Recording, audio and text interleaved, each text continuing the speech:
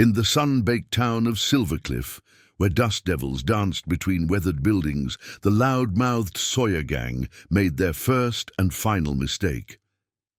They couldn't have known that the slender blacksmith, quietly hammering at her forge, had taken more lives with her cult than their entire gang combined, or that their cruel taunts would reawaken the legendary ghost of Gila Bend, a name whispered in fear throughout the territory. Before we jump back in, tell us where you're tuning in from, and if this story touches you, make sure you're subscribed, because tomorrow I've saved something extra special for you. The afternoon heat shimmered above the hard-packed dirt of Silvercliff's Main Street.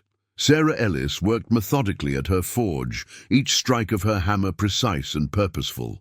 For 3 years, townspeople had brought her their broken plows and wagon wheels, marveling at her craftsmanship while never questioning why such delicate hands bore calluses better suited to a gunslinger. Mayor Holbrook paused outside the blacksmith shop, watching Sarah's steady rhythm as she shaped a glowing horseshoe. "You ever consider taking a day of rest, Miss Ellis?" he called above the metallic ringing. The corner of Sarah's mouth quirked upward, the closest thing to a smile she'd shown in years. "And do what with my time, Mayor?"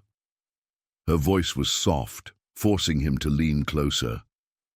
"I reckon that's a fair question." He nodded, noticing how her eyes constantly scanned the street while she worked, a habit he'd never mentioned. The blacksmith shop faced the town's only saloon, where Doc Wallace nursed his daily whiskey and Sheriff Parker played cards with the stagecoach driver. Through the haze of forge smoke, Sarah caught the sheriff's eye. Of all people in Silvercliff, only Parker knew why she'd chosen this dusty nowhere town, why her right hand never strayed far from her hip, even when working the bellows. The peaceful rhythm of the afternoon shattered at the sound of approaching horses. Sarah's hammer paused mid-strike, her head tilting slightly. Sheriff Parker was already on his feet, stepping onto the weathered boardwalk outside the saloon. 6 riders thundered into town, their horses lathered and wild-eyed from hard riding. They pulled up before the saloon in a cloud of dust, the leader's blood-red bandana bright against his trail-worn clothes. "That's Isaiah Sawyer," Mayor Holbrook whispered, stepping closer to Sarah's forge. "His gang hit the bank in Tucson last month. 3 dead, including a child." Sarah's hammer resumed its steady rhythm, but something in her posture had changed. The mayor, watching her closely, saw how her shoulders set differently. Her stance shifted imperceptibly. "Whiskey," Sawyer bellowed, shouldering through the bat-wing doors of the saloon. His men followed, spurs jingling, leaving just one to guard the horses. The young guard's eyes drifted curiously toward the blacksmith shop, lingering on Sarah's slender form. "Don't stare, boy," Sarah called softly, not looking up from her work. "It's impolite." The young outlaw flushed, then scowled. "I'll look where." "I damn well please, woman." His hand dropped to his gun belt. Mayor Holbrook stepped forward nervously. "Now, there's no need for—" "It's all right, Mayor," Sarah interrupted, setting down her hammer with deliberate care. "The boy doesn't mean any harm. He just doesn't know any better." Her voice carried an edge that made the mayor fall silent. Inside the saloon, Sawyer's laughter boomed as he commandeered a table. "Barkeep, your finest bottle for me and my associates." He slapped dust from his coat, revealing dark stains that didn't look like trail dirt. Old Jim, who'd been playing the piano, faltered in his tune. The saloon girls retreated to the shadows. Only Sheriff Parker remained unmoved, his weathered face impassive as he continued his card game. "You deaf old man," one of Sawyer's men called to the bartender, who hurried to comply. Doc Wallace quietly gathered his medical journal and slipped to a corner table. He'd seen men like these before, the kind who created work for doctors and gravediggers in equal measure. Outside, Sarah had returned to her work, but her eyes rarely left the saloon's entrance. The young guard had taken to pacing, occasionally glancing her way with growing irritation.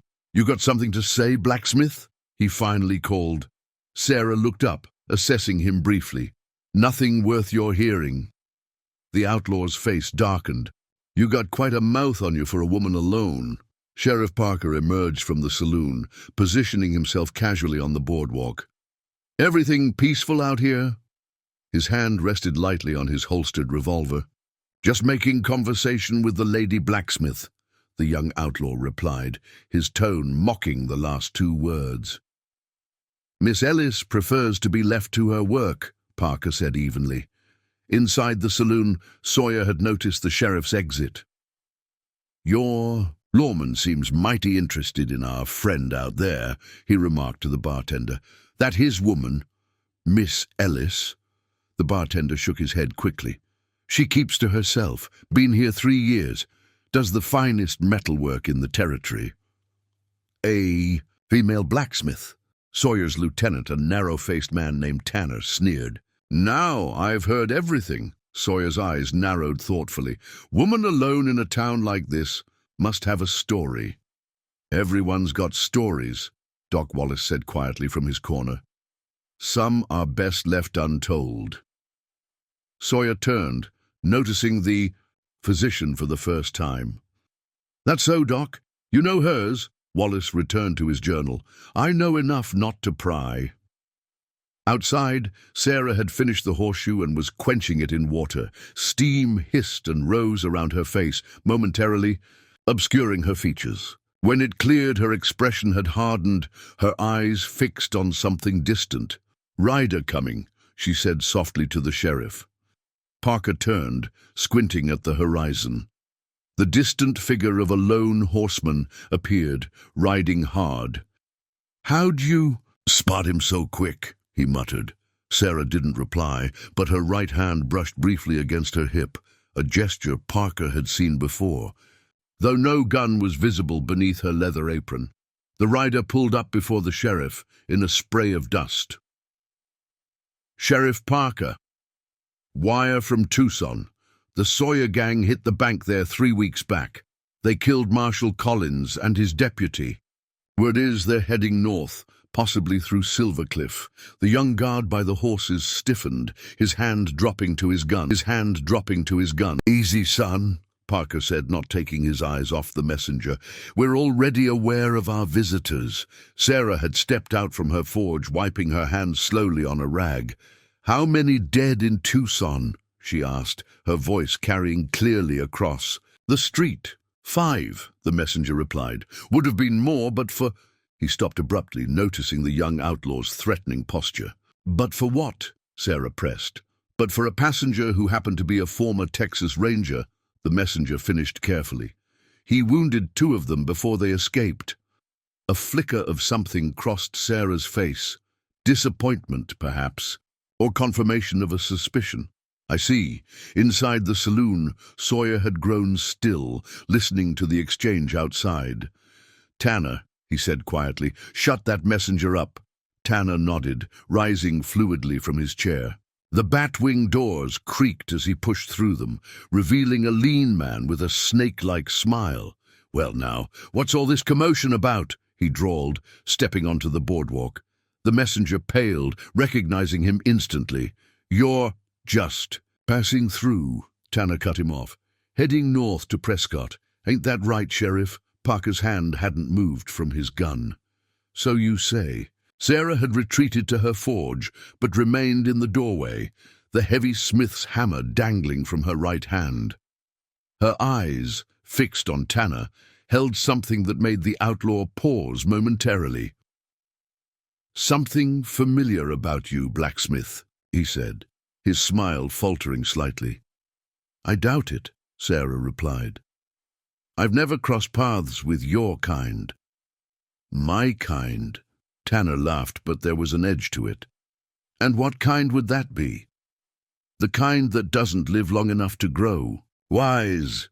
Silence fell over the street, broken only by the creak of leather, as the young guard shifted nervously by the horses. Inside the saloon, Sawyer and his men had gone quiet, listening. Tanner's smile vanished. "You got a death wish, woman?" Sheriff Parker stepped between them. "That's enough. Miss Ellis, I believe Mr. Randolph was waiting on that horseshoe for his Prize stallion. Sarah held Tanner's gaze a moment longer, then nodded. So he was. She turned back to her forge, but not before Tanner saw something in her eyes that made his hand twitch toward his holster. "Who is she?" he asked the sheriff after she'd disappeared into the shadows of her shop. "Just our blacksmith," Parker replied. "As you can see, we're a peaceful town. Be obliged if you'd keep it that way during your visit." In the saloon, Sawyer drummed his fingers on the table. "Something ain't right about this place," he muttered to his remaining men. "Too quiet, too watchful." His eyes narrowed as Tanner returned, a troubled expression on his face. "Boss, that blacksmith woman, something off about her. The way she looked at me." Sawyer waved him silent as Sheriff Parker re-entered, reclaiming his seat at the card table. The lawman picked up his cards, as if nothing had happened, but his shoulders remained tense, his eyes flicking occasionally to the saloon doors. "Tell me, Sheriff," Sawyer called across the room, "it ain't common to find a woman working iron? What's her story?" Parker arranged his cards carefully. "Miss Ellis keeps to herself, does good work. That's all anyone needs to know." "That's all anyone's willing to tell, you mean?" Sawyer corrected, his smile not reaching his eyes. "Makes a man curious." "Curiosity's a dangerous trait in your line of work," the sheriff replied mildly.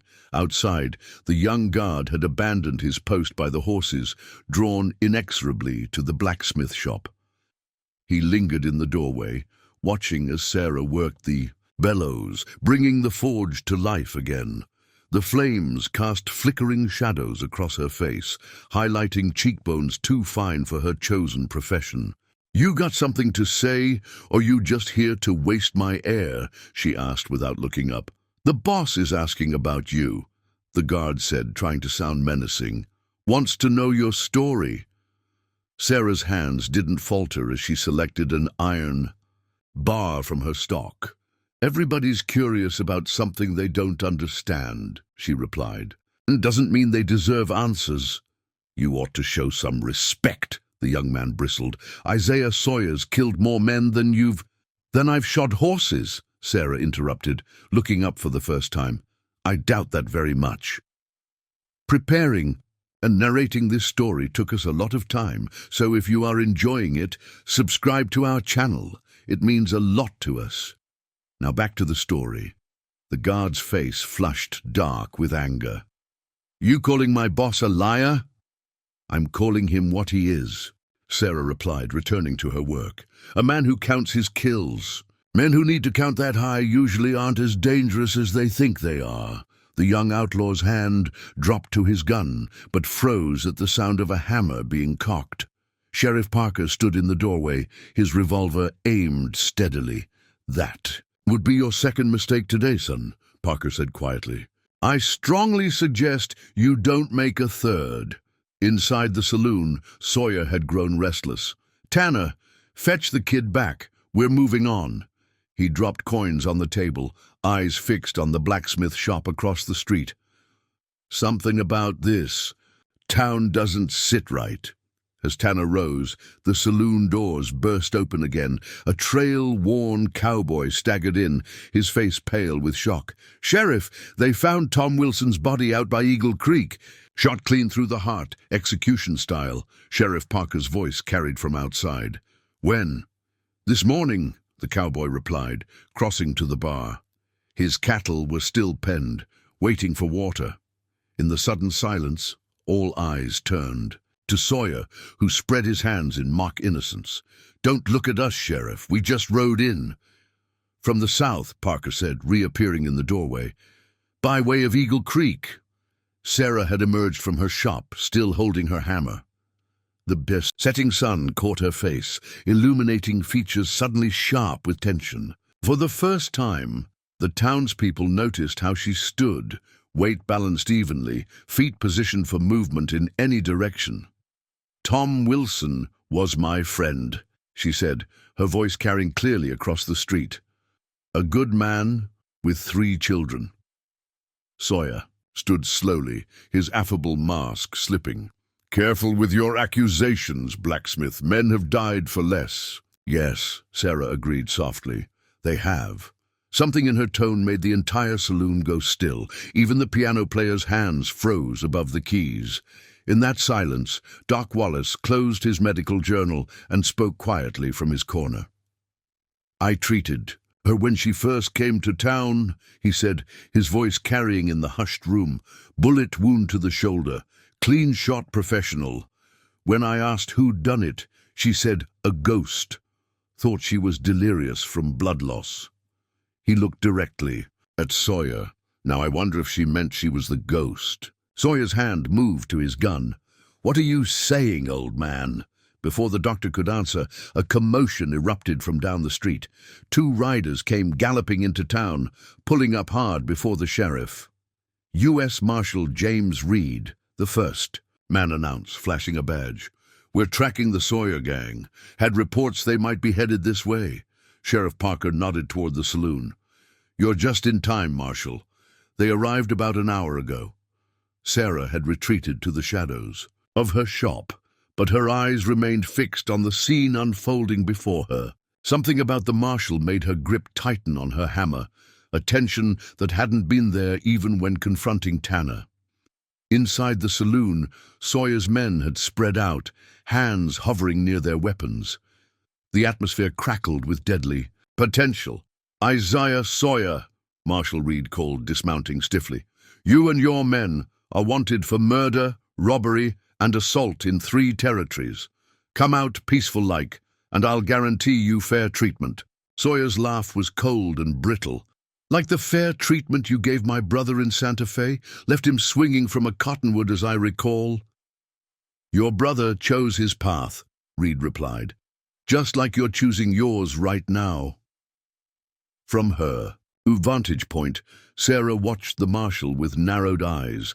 His right hand hovered near his holster, but something about his stance seemed off, unbalanced, like a man favoring an old injury. "Sheriff," she called softly, "that's not James Reed." Parker turned sharply. "What?" "The real Marshal Reed died 2 months ago in El Paso," Sarah continued, stepping into the fading light. "Shot in the back while pursuing the Sawyer gang." The false marshal's hand stopped its drift toward his gun. "And how would a blacksmith know such a thing?" he demanded. But uncertainty had crept into his voice. Sarah's reply was simple, delivered with quiet certainty. "Because I was there when they buried him." The tension in the street crystallized into something deadly. Sawyer's men had emerged from the saloon, forming a loose semicircle behind their leader. The townspeople, sensing the coming violence, melted away into doorways and side streets. "Well, well," Sawyer drawled, stepping onto the boardwalk. "Seems Our Lady Blacksmith has been holding out on us." His eyes narrowed as he studied her more carefully. "In fact, now that I look at you properly..." Recognition dawned slowly on his face. "No, it can't be." Sarah had set down her hammer, her hands hanging loose at her sides. "Hello, Isaiah," she said softly. "It's been a while." "The ghost of Gila Bend," he whispered, his face draining of color. "They said you died in that canyon." A small, sad smile touched Sarah's lips. "Some ghosts don't rest easy. Ghosts don't rest easy. Ghosts..." The name hung in the air between them. Ghost of Gila Bend. A whispered legend that had sent chills down the spines of outlaws across 3 territories. Sawyer's face had gone ashen, his swagger evaporating like morning dew under the desert. "Son, you're supposed to be dead," he hissed, his voice barely audible across the street. Sarah's eyes never left his. "Many have made that mistake."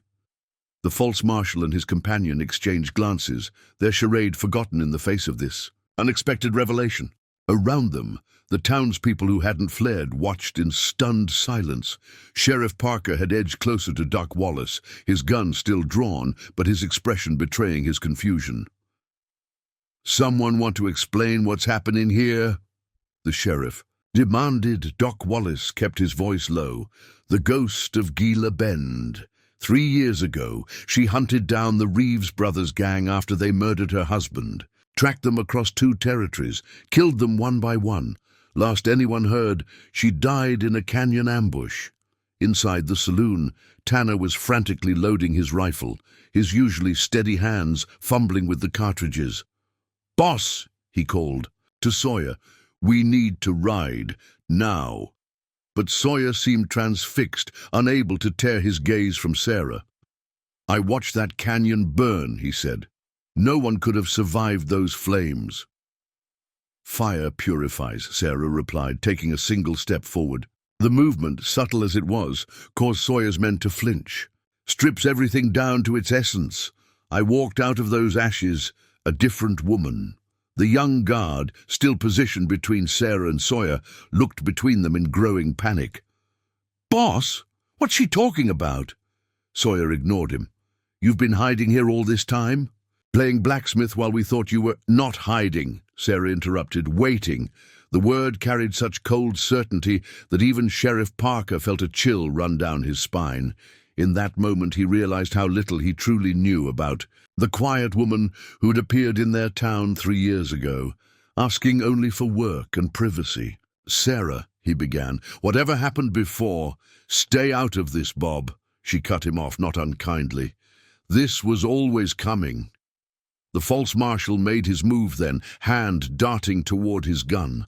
Sarah's reaction was a blur, impossible speed, that belied her years at the forge.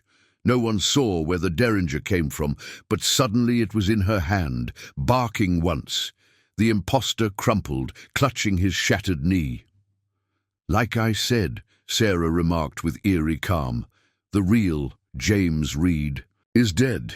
His companion backed away, hands raised. "I'm just hired help. I don't even know these men." "Then ride," Sarah told him, not sparing him a glance. "Ride far and forget what you've seen here today." The man needed no further encouragement. He scrambled onto his horse and galloped from town, dust billowing in his wake. The remaining Sawyer gang members had frozen, caught between their leader's paralysis and their own instinct for survival.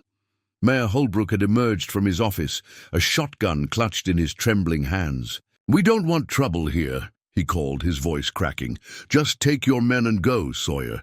But Sawyer wasn't listening. His eyes remained locked on Sarah, a strange mixture of fear and fascination twisting his features. "You know why I was in that canyon," he said softly. Sarah's expression didn't change, but something flickered in her eyes. A pain so raw it made the air between them shimmer. "I know exactly why you were there, Isaiah. Same reason I'm here now." The young guard, sensing an opportunity, drew his pistol with surprising speed. Before he could aim, Sarah's derringer spoke again. He staggered back, gun clattering to the dirt, blood seeping between the fingers clutched to his shoulder. "Walk away, boy," Sarah told him, voice gentle despite the violence of her action. "This isn't your fight." "The hell it isn't," Tanner shouted. From the saloon doorway, leveling his rifle. "She just shot Jeff." Sawyer raised his hand, halting his lieutenant. "No, she's right. This was never about any of you." His hand dropped slowly to his side, deliberately away from his gun. "It's between us, always has been." Sheriff Parker moved cautiously toward the wounded young outlaw. "Doc, see to this one. Mayor, get these people inside." His voice was steady, professional, but his eyes never left Sarah. "Ellis, whatever grievance you have, this isn't a grievance, Sheriff," Sarah cut him off. "This is a reckoning." Sawyer laughed, the sound brittle as sun-bleached bone. "Still using those fancy words. Thomas always said you had education above your station." The name struck like a physical blow. Sarah's composure cracked, just for an instant, revealing a glimpse of the raw wound beneath. "Don't you dare speak his name," she whispered. Understanding dawned on Sheriff Parker's face. "Thomas. Thomas Ellis, the schoolteacher who was killed in the Gila Bend massacre 3 years back." "My husband," Sarah confirmed, her voice hollow. "Teaching in a mining town, trying to bring knowledge to a place that had only known violence." Her eyes locked on Sawyer again, until violence found him anyway. The remaining townsfolk had begun to disperse, seeking shelter from the coming storm. Only Doc Wallace remained, tending to the wounded guard while keeping a wary eye on the unfolding. "Your drama. You weren't even there," Sawyer said, taking a step forward. "You were away, trading in Tucson. By the time you returned, I buried what was left of my life," Sarah finished for him, "and followed your trail." Tanner had inched closer. To Sawyer, rifle still aimed at Sarah. "Boss, she's just one woman. We can end this now." "She's not just a woman," Sawyer replied, eyes never leaving Sarah's face. "She's a ghost. My ghost." In the lengthening shadows of late afternoon, Sarah finally moved away from her forge, stepping fully into the street. For the first time, the townspeople saw what had been hidden beneath her leather apron, a gun belt, worn but well-oiled, bearing a Colt with pearl grips. "I wasn't always Sarah Ellis, schoolteacher's wife," she said, her voice carrying clearly in the hushed street. "Before Thomas, before books and learning and trying to be something better, I rode with my father's outfit along the border. He taught me to shoot before I could properly write my name." Sheriff Parker's mouth fell open. "You're Cassidy Lynch," he breathed. "Hell's daughter." A murmur ran through the few remaining onlookers. Even in this remote corner of the territory, the name of outlaw Jacob Hell Lynch and his deadly daughter was the stuff of fireside tales. Sarah Cassidy inclined her head slightly. "I left that life behind when I met Thomas. Thought I could bury it, become someone new." Her eyes hardened. "Then Isaiah Sawyer and his men raided our town for the mine payroll, killed 14 people. Burned the schoolhouse with the children still inside." Sawyer's face twisted. "That wasn't supposed to happen. We didn't know." "You knew," she cut him off, voice like a lash. "Thomas tried to save them. You shot him in the back while he was carrying children from the flames." The accusation hung in the air between them, damning in its simplicity. Even Tanner lowered his rifle slightly, glancing uncertainly at his leader. "It was chaos," Sawyer insisted, a desperate edge creeping into his voice. "The mining company guards opened fire, the oil lamps broke, and yet somehow you made sure to take the payroll before you fled," Sarah finished. 20,000 in gold, blood money. For the first time, Sheriff Parker noticed something odd about Sawyer's saddlebags. Too heavy on one side, the leather worn in a pattern that suggested weighty contents. "You still have it," he realized aloud. "After all this time?" "The gold, Sawyer's." Hand moved unconsciously to his saddlebag. "Insurance," he muttered, "for when things went wrong." "And they went wrong the moment you rode into my town," Sarah said quietly. Tanner had regained his nerve, sidling closer to his leader. "Boss, we still outnumber her. Gold or no gold, we can finish this and be gone before sundown." But Sawyer shook his head slowly, eyes never leaving Sarah's face. "You don't understand. She tracked 8 of us through the Gila Mountains in the dead of winter, picked us off one by one. By the time we reached the canyon, there were only 3 of us left." His voice dropped to a near whisper. "When we set that fire, blocked the only exit, we thought it was finally over. And yet here I stand," Sarah said simply. The saloon doors creaked, and the remaining gang members emerged, forming a loose semicircle behind their leader. 4 guns against 1 woman, the odds seemed clear, but Sheriff Parker had seen the look. In Sarah's eyes, the way she stood in the street, balanced, alert, deadly calm. This wasn't a woman preparing to die. This was a predator assessing its prey. "Everyone stand down," he ordered, moving slowly to position himself between the opposing forces. "Sawyer, I'm offering you one chance. Surrender peacefully. Face territorial justice for your crime. Justice for your crime. Justice." Sawyer barely spared him a glance. "You know that's not how this ends, Sheriff." "It doesn't have to end in blood," Parker insisted. "Not here. Not today. Preparing and narrating this story took us a lot of time, so if you are enjoying it, subscribe to our channel. It means a lot to us. Now back to the story." Sarah's eyes softened momentarily as she looked at the sheriff. "You've been good to me, Bob, given me a place when I needed one. But this was always coming." She turned back to Sawyer. "Isaiah knows it too." The sun had dipped lower, casting long shadows across the street. In the fading light, the ghost stories told about Cassidy Lynch seemed suddenly plausible. Tales of a woman who could shoot the flame off a candle at 50 paces, who moved like smoke between the trees, who never forgot a face or forgave a wrong. Doc Wallace had finished bandaging the young guard and risen to his feet. "Sheriff's right," he said, addressing both Sarah and Sawyer. "There's been enough killing. The territorial marshal can be here in 2 days. Let the courts decide." Sawyer laughed bitterly. "Courts? What do courts know of what happened at Gila Bend? Of what's happened since?" His hand drifted closer to his gun. "No. This ends the way it began. Between us." "For once," Sarah agreed softly. "We understand each other." Sheriff Parker recognized the inevitable and stepped back, motioning for Doc Wallace to clear the street. The remaining townspeople scattered, seeking doorways and windows from which to witness what was coming. Tanner and the other gang members spread out, trying to flank Sarah. She seemed unconcerned, her attention fixed solely on Sawyer. "Tell your men to back off, Isaiah," she said, "or this will be over before it properly begins." Sawyer hesitated, then nodded slightly. His men halted their movement, though they kept their weapons ready. "You heard the legend of Cassidy Lynch," he called to them. "This is between her and me. Anyone who interferes answers to me, if she leaves enough of you to answer." The street fell silent, save for the distant cry of a hawk circling overhead. Sarah stood perfectly still, her hand hovering near her Colt. Sawyer mirrored her stance, the years of hatred and fear crystallizing into this single moment. "I've dreamed of this," he said quietly. "In every town, every hideout, seeing your face, wondering if today would be the day you'd find me.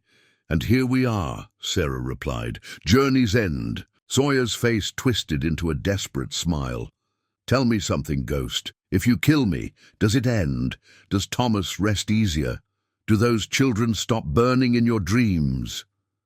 For the first time, Sarah's composure faltered. "No," she admitted, voice barely audible. "Nothing ends it. But justice matters, even justice delayed." "Justice," Sawyer echoed. "Is that what you call hunting men down like animals?" "I call it what it is," Sarah replied. "The consequence of your choices. The tension, stretched between them, taut as piano wire. Everyone could feel the inevitability of what was coming, the culmination of a 3-year hunt, a vendetta that had transformed a schoolteacher's wife into an avenging ghost. Sheriff Parker had positioned himself on the boardwalk, his own gun, drawn but held at his side. He'd known from the moment Sarah revealed herself that he couldn't stop what was about to happen, could only bear witness and try to contain the aftermath. "Make your peace," Sarah said softly to Sawyer. "Whatever gods you believe in, make your peace with them now." Sawyer's laugh was a harsh, broken sound. "Peace? There's no peace waiting for either of us, Ghost. Not in this life or whatever comes after." "Perhaps not," she conceded. "But there's an end. That's all I've wanted since Gila Bend. An end." The light shifted as the sun touched the distant mountains. In that golden moment, Sarah Ellis, Cassidy Lynch, the ghost of Gila Bend, stood transformed. No longer the quiet blacksmith, but a figure out of frontier legend, justice personified in a woman's form. Sawyer saw it too. Something in his face changed, a resignation perhaps, or the final acceptance of a fate 3 years in the making. "Well, then," he said, straightening his shoulders, "let's give the good people of Silvercliff something to remember." His hand dropped to his gun. What happened next would be recounted in Silvercliff for decades, descriptions growing more elaborate with each telling. But those who witnessed it would never forget the brutal simplicity of that moment. Sawyer was fast, reputation earned through a dozen deadly encounters, but Sarah moved like lightning striking, her hand a blur as the pearl-handled Colt cleared leather. The sound of her shot echoed off the buildings before Sawyer's gun had fully cleared its holster. The outlaw staggered, a look of disbelief crossing his face as he glanced down at the red stain spreading across his chest. His gun slipped from nerveless fingers, thudding into the dust. "You always were," he gasped, dropping to his knees. "Too damn fast." Sarah's gun remained leveled at him, unwavering. "For Thomas," she said softly, "for the children." Tanner, seeing his leader fallen, raised his rifle with a howl of rage. Sarah's Colt barked again without her seeming to aim. Tanner spun, clutching, his shattered wrist, his weapon falling useless beside him. The remaining gang members froze, caught between loyalty and survival. Their decision came quickly, guns clattering to the ground, hands raised in surrender. Sheriff Parker stepped forward, his own weapon trained on the surrendering men. "It's over," he said, the words heavy with finality. "Doc, see to Sawyer if you can." But Sarah shook her head slightly, eyes still fixed on the fallen outlaw. "Don't bother," she said. "I know where I aimed." Sawyer had slumped to a sitting position, back against a hitching post, blood soaking his shirt. Yet somehow he was smiling, a strange, peaceful expression that seemed out of place on the face of a dying killer. "You know," he coughed, blood speckling his lips. "I spent 3 years looking over my shoulder, thinking you'd appear like smoke." He laughed weakly. "Never thought to look for a blacksmith." Sarah finally holstered her weapon, approaching him with measured steps. "Hiding in plain sight," she said. "Something my father taught me before the Rangers hanged him at Fort Griffin. The great Jacob Lynch," Sawyer wheezed, "Hell's own outlaw. He'd be proud." "No," Sarah contradicted him quietly. "He'd be disappointed I took so long."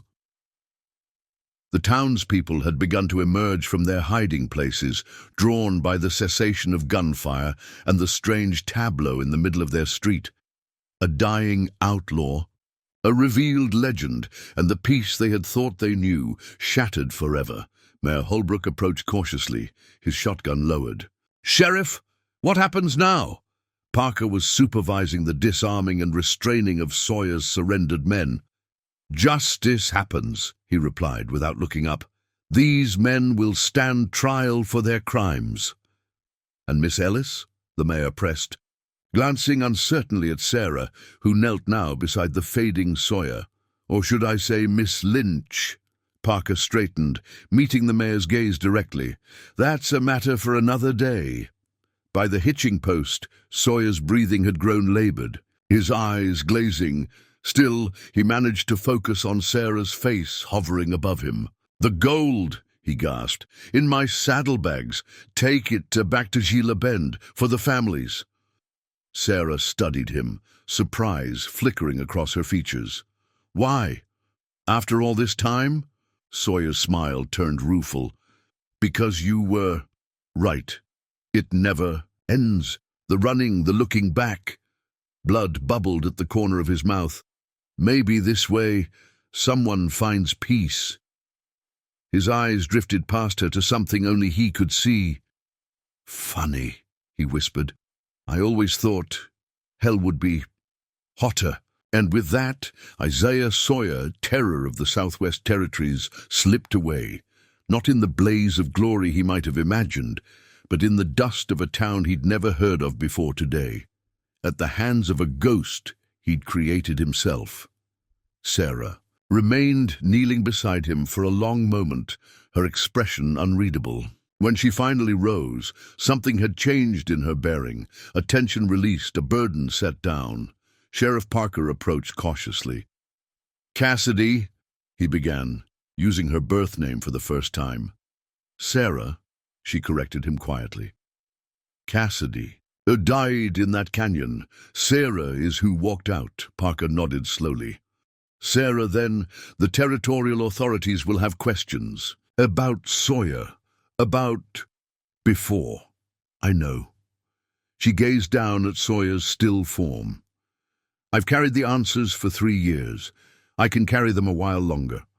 The setting sun had painted the street in shades of copper and gold, the shadows of buildings, stretching like dark fingers across the ground. In the amber light, Sarah looked both younger and older than she had that morning. The burden of vengeance lifted, but leaving its mark in the fine lines around her eyes, the set of her shoulders. Docky. Wallace joined them, wiping his bloodied hands on a cloth. Nothing to be done for him, he confirmed unnecessarily. The others will live to stand trial. He studied Sarah with clinical detachment. Your shoulder wounds opened up again? Come by the office when you're ready. She nodded absently, her attention drawn to the saddlebags still hanging from Sawyer's horse. She crossed to them, opening the flap to reveal stacks of gold coins, tarnished with age but unmistakable in their value. He kept it, she murmured, all this time. Blood money, Sheriff Parker said, coming up beside her. Redemption money now, Sarah corrected. If I can get it back where it belongs. The sheriff's face softened slightly. You're really going to return it? After everything? It was never about the gold, she replied. It was about justice. This, she gestured to the coins, is just metal. Can't bring back the dead, but it might help the living. As the last rays of sun disappeared behind the mountains, lanterns began to glow in windows throughout Silvercliff. The town was coming back to life, cautiously emerging from the shock of violence to reclaim its streets. Mayor Holbrook had organized a group of men to remove Sawyer's body and help Doc Wallace transport the wounded to his office. The surrendered gang members sat under guard by the saloon, shell-shocked expressions suggesting they still couldn't quite believe what had happened. Sarah stood apart, watching the activity with the detached air of someone who had completed a long, difficult journey and hadn't yet decided what came next. Sheriff Parker joined her again, offering a cup of coffee from the saloon. Thought you might need this, he said. She accepted it with a nod of thanks. They're afraid of me now, she observed, gesturing toward the townspeople who kept casting wary glances in her direction. They don't know what to make of you, Parker corrected. Yesterday you were Sarah Ellis, quiet blacksmith. Today you're Cassidy Lynch, avenging ghost. Takes time to reconcile those two people. They're both me, she said softly. Always have been. They stood in companionable silence for a moment, sipping their coffee and watching as order slowly reasserted itself in the aftermath of chaos. What will you do now? Parker finally asked. Return the gold to Gila Bend? Sarah's gaze drifted to her forge, still glowing faintly in the gathering darkness. Yes, I owe them that much, and then... She paused, considering. I don't know. For 3 years, finding Sawyer was all that mattered. Haven't thought beyond that. The sheriff nodded thoughtfully. You could come back after. Surprise flickered across her face. You'd want that? Knowing who I am, what I've done? I've known. Who you are for 3 years, Parker replied with a slight smile. Suspected anyway. The way you handled yourself, the way you watched the horizon. Wasn't hard to see you were running from something. Or toward something. And you never said anything, he shrugged. Town needed a blacksmith. And everyone deserves a second chance. He glanced toward where Sawyer's body had lain. Almost everyone. Beyond the town limits, coyotes began their nightly chorus, their mournful calls echoing off the distant mesas. The sound carried a strange comfort, nature reclaiming the night, indifferent to human dramas of vengeance and redemption. I might come back, Sarah said finally. If there's still work for a blacksmith. There's always work for someone who builds instead of destroys, Parker replied. And Silvercliff could use more building. As they spoke, a young boy, no more than 12, approached hesitantly, clutching his hat in his hands. Miss Ellis? He ventured, casting nervous glances at the sheriff. Sarah turned, her expression softening at the sight of the blacksmith's apprentice she had taken on 6 months earlier. "What is it, Michael?" "The forge, ma'am. It's still hot. Horse needs shoeing. By morning." His eyes were wide with uncertainty. Will you still?" A genuine smile touched Sarah's lips for the first time that day. "Yes, Michael, we still have work to do." She glanced at the sheriff. "Life goes on, doesn't it? Even after ghosts are laid to rest." Parker nodded, understanding the weight behind her simple words. "It does at that. The living have responsibilities, the dead are spared." Sarah handed him her empty cup and turned toward her forge, its orange glow beckoning like a beacon in the gathering darkness. The boy fell in step beside her, his earlier trepidation giving way to the familiar routine they had established over months of work together. The sheriff watched them go, this woman of contradictions, hands that could deal death or create with, equal skill, a heart capable of years-long vengeance, and small daily kindnesses. Behind him, the saloon had reopened, piano music spilling into the night along with the sound of cautious laughter. Already, the events of the day were becoming story, reality transforming into legend with each retelling. But Sarah Ellis, Cassidy Lynch, the ghost of Gila Bend, would simply be the blacksmith again tomorrow, hammer ringing against anvil, shaping hot metal into useful things, building rather than destroying. Parker smiled to himself. Perhaps that was justice too, in its way. The chance to begin again, to forge something new from the raw materials of the past. As he turned back toward the jail and his waiting prisoners, he caught a final glimpse of Sarah silhouetted against her forge fire, hammer raised, already at work on tomorrow's needs, while the echoes of today's violence still hung in the air. The ghost of Gila Bend might linger in fireside tales and wanted posters yellowing in territorial outposts, but here, in Silvercliff, Sarah Ellis had found something the ghost never could. Not peace exactly, but purpose. And sometimes, the sheriff reflected, that was enough to keep the darkness at bay. Up next, you've got 2 more standout stories right on your screen. If this one hit the mark, you won't want to pass these up. Just click and check them out. And don't forget to subscribe and turn on the notification bell so you don't miss any upload from us. Dawn broke harsh over Silvercliff, painting the weathered buildings in unforgiving light. Sarah stood at her forge, hammer striking iron with the steady rhythm that had become the town's heartbeat.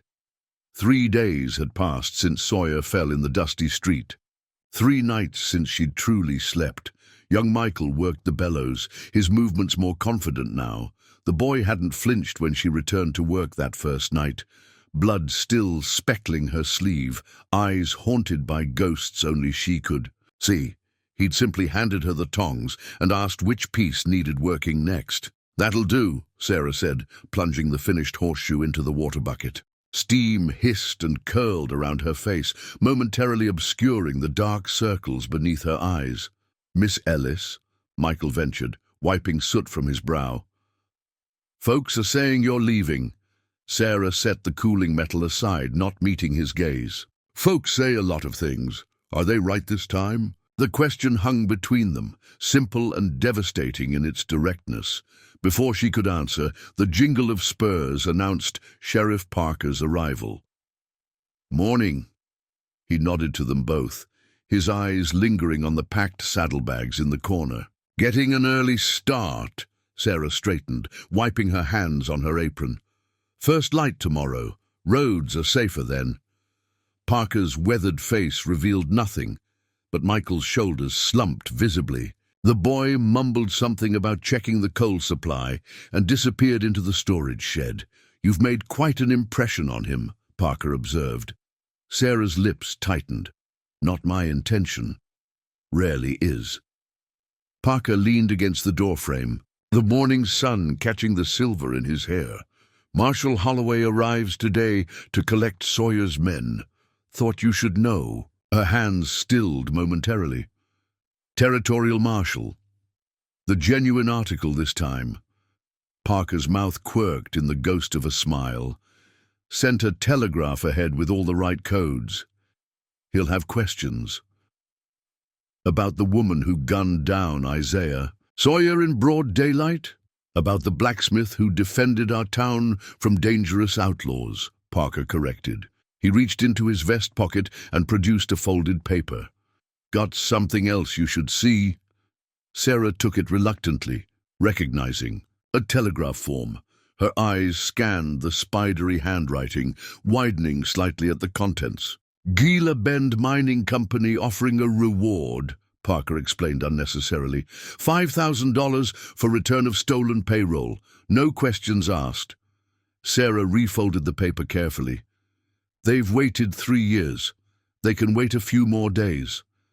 And after, Parker pressed.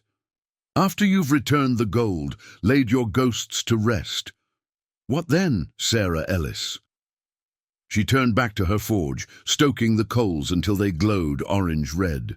Perhaps Ghost of Gila Bend has a more poetic ring to it, but I've grown fond of being just a blacksmith. Parker studied her, noting how the fire illuminated the sharp angles of her face, the single streak of premature grey in her dark hair. Earned. That night in the canyon, perhaps. Town needs a blacksmith, he said finally. This town needs peace. Sarah countered, not looking up. Hard to find that with me around. Peace isn't the absence of trouble, Parker said quietly.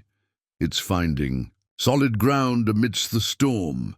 He straightened, adjusting his hat. Anyway, thought you should know about the Marshall noon stage. After he'd gone, Sarah stood motionless before her forge, the hammer hanging loosely in her hand. The heat wrapped around her like an old friend, familiar and demanding. 3 years, she'd stood in this spot, working metal, building a life atop the ashes of another. 3 years of quiet purpose, waiting for a confrontation she'd never been certain would come. And now it had. Sawyer was dead, justice served, the gold would be returned. What remained for the ghost of Gila Bend? The pounding of hooves interrupted her thoughts. A rider approached at speed, one of the hands from the Broken Tea Ranch outside town. He pulled up sharply outside her forge. Miss Ellis, sheriff about? Check the jailhouse, she replied, already reaching for her gun belt. Something, in his urgency, triggering old instincts. Trouble? The cowhand nodded grimly. Riders coming in from the north, 6, maybe 7, moving hard. He swallowed visibly. One's wearing a red bandana. Sarah felt ice replace the blood in her veins. You're certain? Saw 'em plain through. The glass when they topped the ridge, heading straight for town. She moved with sudden purpose, buckling her gun belt and reaching for the rifle hidden beneath her workbench. Get Parker, then Doc Wallace. Tell them the Sawyer gang has come to collect their boss. The rider spurred away as Sarah checked her weapons with practiced efficiency. She'd known there might be others. Sawyer's operation had been too extensive for just the men who'd ridden into Silvercliff, but she'd hoped for more time before they came looking. Michael emerged from the storage shed, his young face pale. Miss Ellis? Go home, Michael. Stay there until Sheriff Parker says it's safe. The boy hesitated, but now. Her tone brooked no argument. As he reluctantly slipped away, Sarah stepped into the sunlight, gauging angles and distances with a professional eye. The town's single street offered little cover, the buildings mostly wood that bullets would punch through like paper. If Sawyer's remaining men came in shooting, Sheriff Parker appeared from the jailhouse, rifle in hand. Their eyes met across the dusty expanse, a silent understanding passing between them. This wasn't over. Perhaps it had never been just about Sawyer. Ring the bell, Sarah called to him. Get these people inside. Parker nodded grimly, turning to the young deputy who'd followed him out. Nathan, sound the alarm. Then get those prisoners secured in the back cell. As the church bell began its frantic pealing, townspeople emerged from shops and homes, confusion giving way to fear as they registered the armed figures of Sarah and the sheriff. They'd seen this tableau before, just days ago. They understood what it portended. "Inside! Everyone inside!" Parker shouted, moving purposefully down the street. "Lock your doors! Keep away from windows!" Sarah positioned herself at the edge of her forge, the building's thick stone walls offering better protection than most structures in town. She'd chosen it for that reason 3 years ago, a defensible position with clear sightlines in all directions. Even then, some part of her had been preparing for this day. Doc Wallace appeared at her side, a shotgun in his gnarled hands. "Thought you might want company," he said simply. She cast him a sidelong glance. "Shouldn't you be preparing your surgery?" "Been patching bullet holes for 30 years, Wallace replied, checking his weapon with surprising competence. "Figure I might. Prevent a few this time." Mayor Holbrook scurried toward them, his face flushed with exertion and fear. "Miss Ellis, Sarah, is it true? More outlaws?" "Likely Sawyer's remaining men," she confirmed, "coming to free their comrades, or worse." "We should negotiate," Holbrook insisted, mopping his brow with a handkerchief. "Offer terms. Perhaps if we release the prisoners." "They'll kill everyone who saw what happened to their leader," Sarah cut him off. "Starting with me, moving on to anyone who stands in their way." Her eyes hardened. "These aren't men who negotiate, Mayor. They're rabid dogs who understand only force." The bell continued its urgent clanging, Silvercliff's residents hurrying to secure themselves against the coming violence. Parker joined them, his face grim. Nathan's barricaded himself with the prisoners. Young Jackson's manning the roof of the general store with his father's buffalo gun. He glanced at Sarah. "Any chance these are just ordinary riders?" She shook her head. "Red bandana. Sawyer's signature. His lieutenant always wore one too." "Lyle Morgan," Parker muttered. "Meaner than Sawyer if the wanted posters are accurate." "They aren't," Sarah replied grimly. "He's worse." The distant thunder of hooves grew louder, dust rising on the northern horizon. Sarah checked her rifle one final time, then stepped into the street, positioning herself directly before her forge. "Sarah!" Parker protested. "Take cover, damn it!" She ignored him, standing tall in the merciless sun, her shadow stretching before her like a challenge. "Some things a person needs to face head-on, Sheriff," she said, voice carrying in the sudden hush that had fallen over Silvercliff. "I've been running long enough." The riders appeared at the edge of town, pulling up in a loose formation. Just as the ranch hand had reported, their leader wore a vivid red bandana, his lean face burned dark by sun and hardened by violence. Lyle, Morgan's reputation rode before him, the man who'd done Sawyer's darkest errands, who killed with neither hesitation nor remorse. His cold eyes fixed on Sarah, standing alone in the street. Recognition flickered across his features, followed by cold fury. "Well, well," he called, his voice carrying clearly in the tense silence. "If it isn't the ghost herself. Boys, we just struck gold." His men spread out behind him, hands hovering, near weapons. Sarah counted 6 besides Morgan, hardened men with the look of killers about them. The odds were worse than she'd feared. "You're too late, Morgan," she called back. "Sawyer's dead.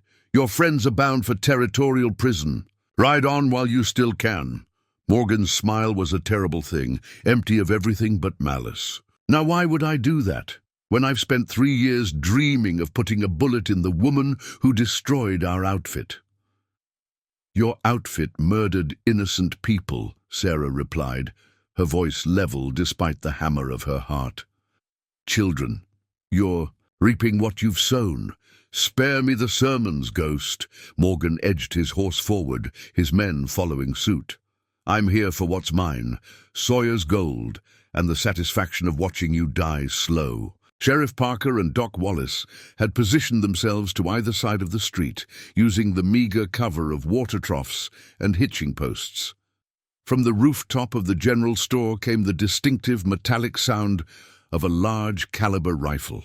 They're being cocked. "Last chance to ride away, Morgan," Parker called. "Town's defended. You won't find this easy." Morgan laughed, the sound devoid of humor. A worn-out sheriff, an old sawbones, and a woman. His eyes flicked to the rooftop.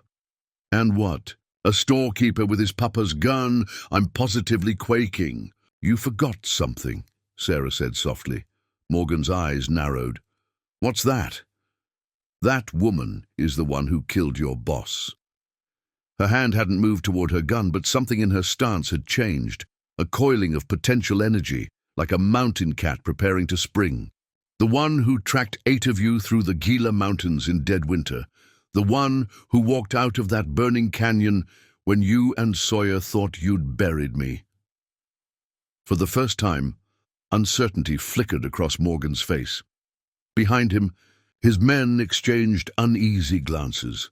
The legend of the ghost of Gila Bend had grown in the telling over 3 years. The woman who couldn't be killed, who appeared like smoke and vanished like morning mist, leaving only bodies in her wake. "Stories," Morgan spat, but his conviction wavered. "Just stories to frighten greenhorns." "Then why are your hands shaking, Lyle?" Sarah asked, her voice carrying a hint of pity that seemed to strike him like a physical blow. Morgan's face contorted with rage. "Enough talk," he snarled, drawing his pistol. "Kill them all!" Preparing and narrating this story took us a lot of time, so if you are enjoying it, subscribe to our channel. It means a lot to us. Now back to the story. The street erupted. In gunfire, Sarah dove for cover as bullets thudded into the dirt where she'd stood moments before. From the rooftop, Jackson's buffalo gun roared like thunder, the massive slug taking one of Morgan's men squarely in the chest, lifting him from his saddle. "Get to the jail!" Morgan shouted to his remaining men. "Free the others!" 2 riders broke. Away, spurring toward the jailhouse, where young Nathan waited with his prisoners. Parker fired rapidly, dropping one from his horse, but the other made it to the hitching rail, leaping from his saddle to crash through the jailhouse window. Sarah fired methodically from behind a water trough, her shots finding another of Morgan's men. He clutched his shoulder, reeling in his saddle before regaining control. Morgan himself had dismounted, using his horse for cover as he fired at Sarah's position. Wood splintered beside her head as his bullet found its mark. "You can't hide from me, Ghost," he called, advancing steadily. 3 years I've waited for this, 3 years of planning exactly how I'd end you." Doc Wallace's shotgun boomed from across the street, peppering Morgan's position with buckshot. The outlaw cursed, ducking lower behind his nervous horse. "Flush her out," he ordered his remaining men. "Burn her out if you have to." One of the gunmen produced a bottle from his saddlebag, stuffing a rag into its neck. The smell of coal oil reached Sarah's nostrils as he prepared to light it. "Fire!" she shouted to Parker. "They're going to burn the forge." The sheriff shifted his aim, but before he could fire, the distinctive crack of a rifle shot echoed from down the street. The would-be arsonist dropped the bottle, clutching his chest as he fell. Sarah risked a glance toward the sound. There, at the far end of the street, a lone figure stood, a man in trail-worn clothes, a Winchester rifle raised to his shoulder. "Another one of your friends, Ghost," Morgan called, having spotted the newcomer as well. Sarah shook her head slightly, confusion evident on her face. "Never seen him before." The stranger advanced steadily, working the lever on his Winchester with fluid precision. Each shot found its mark, one of Morgan's men thrown backward by the impact, another clutching his leg as he collapsed. Morgan, recognizing the tide turning against him, broke from cover in a desperate charge toward Sarah's position, guns blazing in each hand. "You die today, Ghost," he screamed, his face contorted with hatred. Sarah rose to meet him, her Colt steady. Their shots rang out simultaneously, echoing off the buildings. Morgan staggered, a look of disbelief crossing his face as he glanced down at the spreading stain on his chest. His guns slipped from nerveless fingers as he dropped to his knees. In the dusty street, How? He gasped. Sarah approached him slowly, her own arm bleeding where his bullet had grazed her.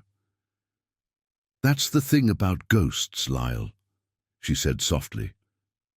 They don't die easy. Morgan pitched forward onto his face, his hatred finally extinguished in the dirt of Silvercliff. The sudden silence was deafening. Down the street, the gunfire at the jailhouse had ceased as well. A moment later, young Nathan emerged, dragging a wounded outlaw by his collar. "Prisoner secure, Sheriff," he called, his voice cracking with tension and pride. Parker nodded acknowledgement, then turned his attention to the mysterious rifleman who now stood at the edge of the conflict. The stranger lowered his weapon slowly, his face partially obscured by the shadow of his hat brim. "Obliged for the assistance," Parker called cautiously. "Mind identifying yourself?" The man stepped forward into the light. He was lean and weathered, with hard eyes that had seen too much and a mouth set in a grim line. But it was the badge on his vest that caught everyone's attention. A U.S. Marshal's star, worn but polished. "Marshal James Holloway," he announced, his gaze fixed on Sarah. "Though I believe I'm a bit early for my appointment." Sarah stared at him, recognition and wariness battling in her expression. "Holloway," she repeated softly. The marshal nodded, approaching with measured steps. "Been tracking Morgan's bunch for 2 weeks. Lost them outside of Dry Creek, picked up the trail again yesterday." His eyes swept the bodies littering the street. "Seems I arrived just in time to watch the cleanup." Parker moved to stand beside Sarah, his posture subtly protective. "You mentioned an appointment, Marshal." "Scheduled to collect Sawyer's captured men on today's noon stage," Holloway confirmed. He studied Sarah with uncomfortable intensity. "Didn't expect to find the ghost of Gila Bend waiting for me, though. That's a bonus I hadn't counted on." Sarah's hand drifted imperceptibly closer to her holstered weapon. "Is that what I am to you, Marshal? A bonus?" Holloway's expression remained unreadable. 3 territories have wanted posters with your face on them, Miss Lynch. Or do you prefer Ellis these days?" "I prefer to be left in peace," Sarah replied evenly. "Something that's been in short supply lately."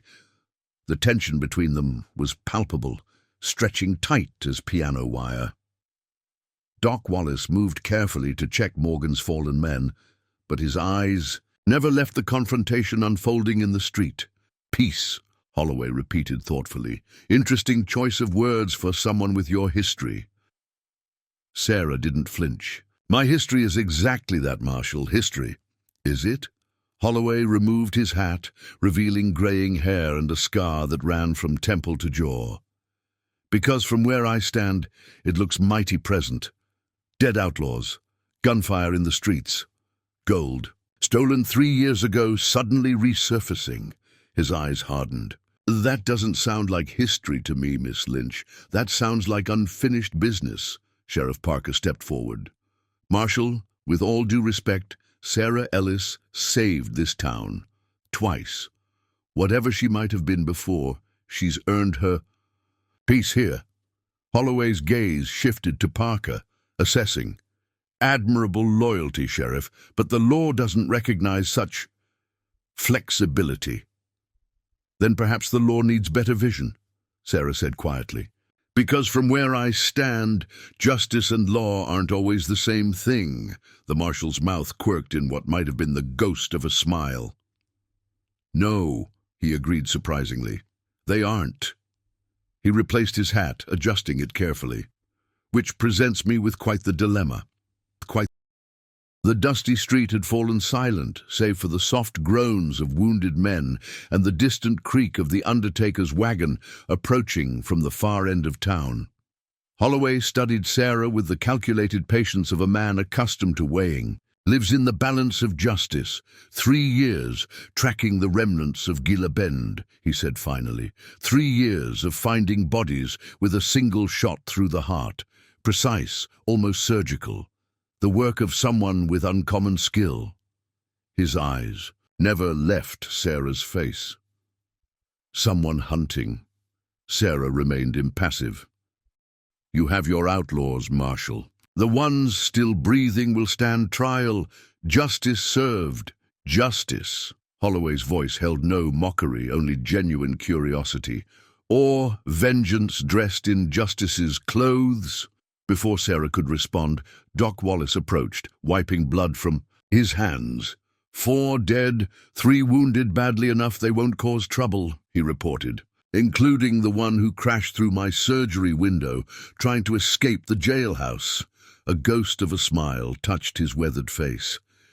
Hit him with a bedpan. Parker nodded approvingly, then turned back to Holloway. What happens now, Marshal? You've got your prisoners, and then some. Holloway's gaze remained fixed on Sarah. Now we deal with unfinished business. He reached slowly into his coat, a movement that caused Sarah's hand to drift toward her gun. Instead of a weapon, he withdrew, a folded paper yellowed with age and travel. This, he said, holding it out to her, is a federal warrant for the arrest of Cassidy Lynch, alias the Ghost of Gila Bend. Charges include multiple counts of homicide across 3 territories. The street seemed to hold its collective breath. Parker's hand had dropped to his own weapon, his loyalty evident in the set of his jaw. And this, Holloway continued, producing a second document, is an official pardon signed by the territorial governor for services rendered to law enforcement in the capture of the Sawyer gang. Sarah stared at the papers, disbelief etching lines around her eyes. I don't understand. It's quite simple, Holloway replied, his voice softening fractionally. One cancels out the other, provided certain conditions are met. What conditions? Parker demanded, suspicion clear in his tone.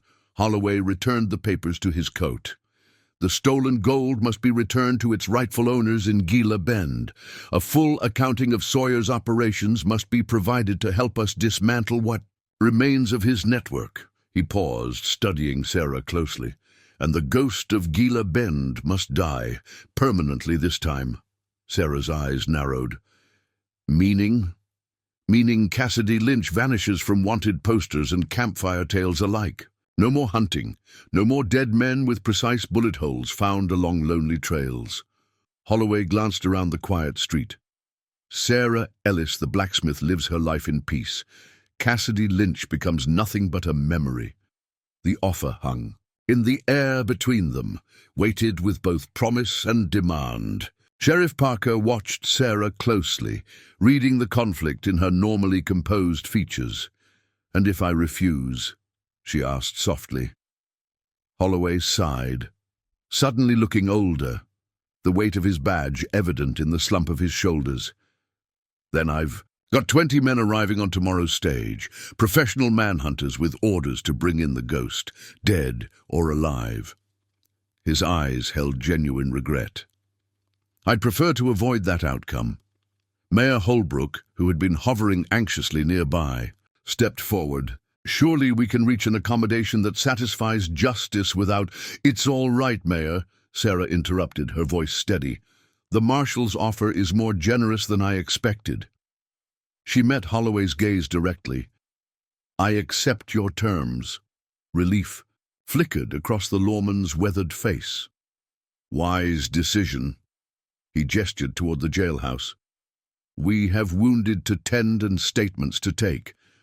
I suggest we continue this conversation somewhere less exposed. As they turned toward the jailhouse, the mysterious figure of Michael appeared from a side alley, his young face pale but determined. He'd witnessed everything from his hiding place, the gunfight, the mysterious marshal, the bargain struck in the aftermath of violence. Miss Ellis? He called hesitantly, approaching with cautious steps. Are you really leaving now?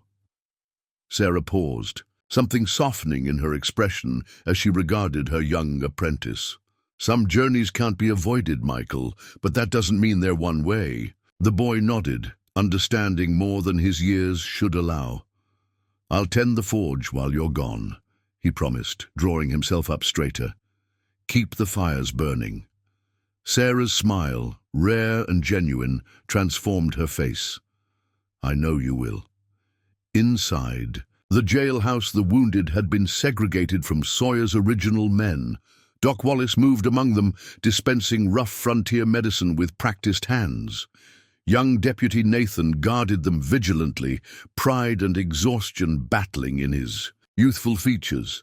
Holloway settled behind Parker's desk, spreading out maps of the territory. "I'll need details," he told Sarah.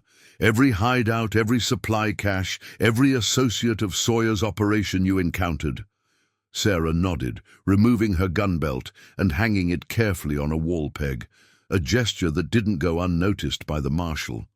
She traced routes on the maps with a blacksmith's calloused finger, naming locations and men with precise memory. "Murdoch Canyon has a cave system they use to store ammunition and supplies," she indicated.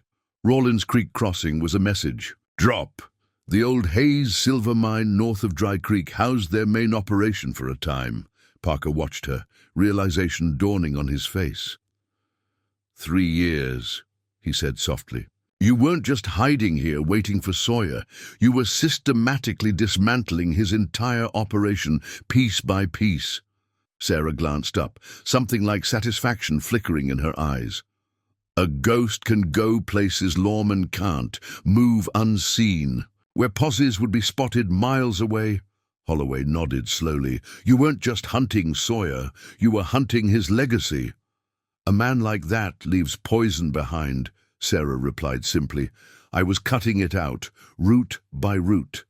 The marshal studied her with newfound respect. "It seems I owe you more than a pardon. The territories owe you a debt." "I didn't do it for the territories," Sarah said, her voice hardening momentarily. "I did it for a schoolteacher and his students who never had a chance to grow old." An uncomfortable silence fell, broken only by Doc Wallace's muttered instructions to Nathan as they tended the wounded. Outside, the undertaker's wagon creaked as Morgan's dead were loaded for their final journey. "The gold," Holloway said finally. "You mentioned returning it to Gila Bend," Sarah nodded. "It's secured. I'll take it myself, as agreed. "Not alone, you won't," Parker interjected. "Roads still dangerous, even with Morgan and Sawyer gone." Holloway considered this, then nodded. "The sheriff's right. I'll accompany you to Gila Bend, provide official escort. That way, no questions arise about the gold's return or your status." Sarah started to object, then reconsidered. "Fair enough. We leave at first light?" "Agreed." Holloway rolled up the maps carefully. "One last thing, Miss Ellis. The pardon is contingent on your future conduct. Any return to previous activities would nullify its protection." "I understand," Sarah replied evenly. "The ghost died today, along with Morgan. I have no intention of resurrecting her." Holloway held her gaze a moment longer, then seemed satisfied by what he saw there. "Good. Then we understand each other." He rose, adjusting his hat. "I'll wire the governor that terms have been agreed upon. Sheriff, I'll need accommodations for myself and security for our prisoners." As Parker led the marshal out to make arrangements, Doc Wallace approached Sarah, medical bag in hand. "Let me see that arm," he said gruffly. "Bullet graze needs cleaning." Sarah submitted to his ministrations with uncharacteristic patience, her mind clearly elsewhere. "Strange how things circle back," she murmured as the doctor bandaged her wound. 3 years running from who I was, only to find it was still there under the surface." "Was it?" Wallace questioned, securing the bandage with practiced efficiency. "The Sarah Ellis I've known these past years built things, fixed things, used her hands to create rather than destroy." He straightened, regarding her thoughtfully. "Seems to me that's who you truly are. The rest was just circumstances forcing your hand." Sarah flexed her arm carefully, testing the bandage. "Perhaps, or perhaps we're all just the sum of our choices, good and bad alike. Philosophy from a blacksmith," Wallace chuckled. "Thomas would be proud." The mention of her husband's name brought a wistful smile to Sarah's lips. "He always said education was wasted on the educated." believed the best mines were often found in the most unexpected places. Wise man. Wallace packed his instruments with careful precision. You'll be coming back, I hope. Town needs a blacksmith, especially one who can shoot straight when the need arises.